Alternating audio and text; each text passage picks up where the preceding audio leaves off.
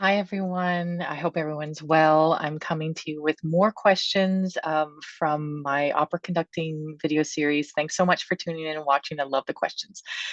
This one is slightly different. It is about how to connect fully. The question is how to connect fully with the score when it's so long and to get a full understanding of the opera score.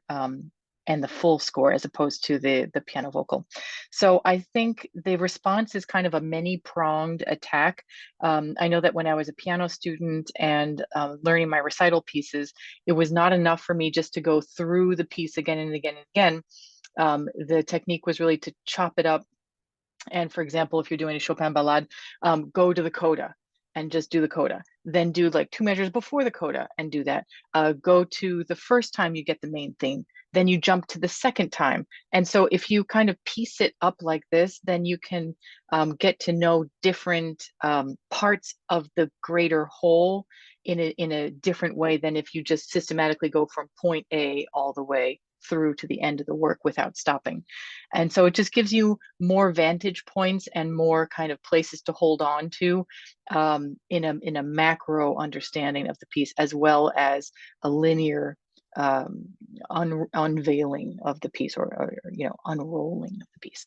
So I think the same thing can be true for learning an opera full score.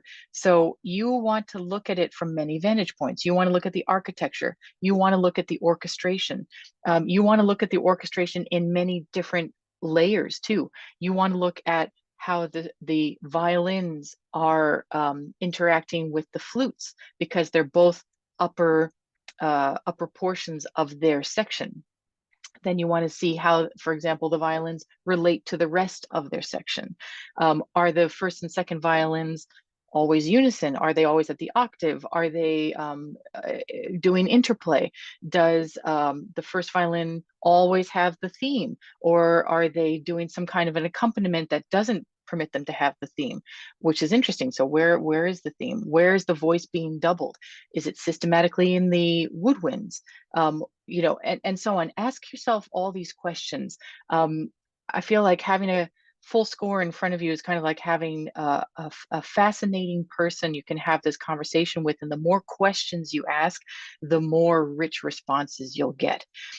So just think about that the next time you're going through a full opera score. Let the architecture help you. So understand its structure, but then also ask yourself lots and lots of questions and look at different vantage points throughout the score. And that will give you a deeper and richer understanding of it. I hope that helps. Keep the questions coming. See you soon.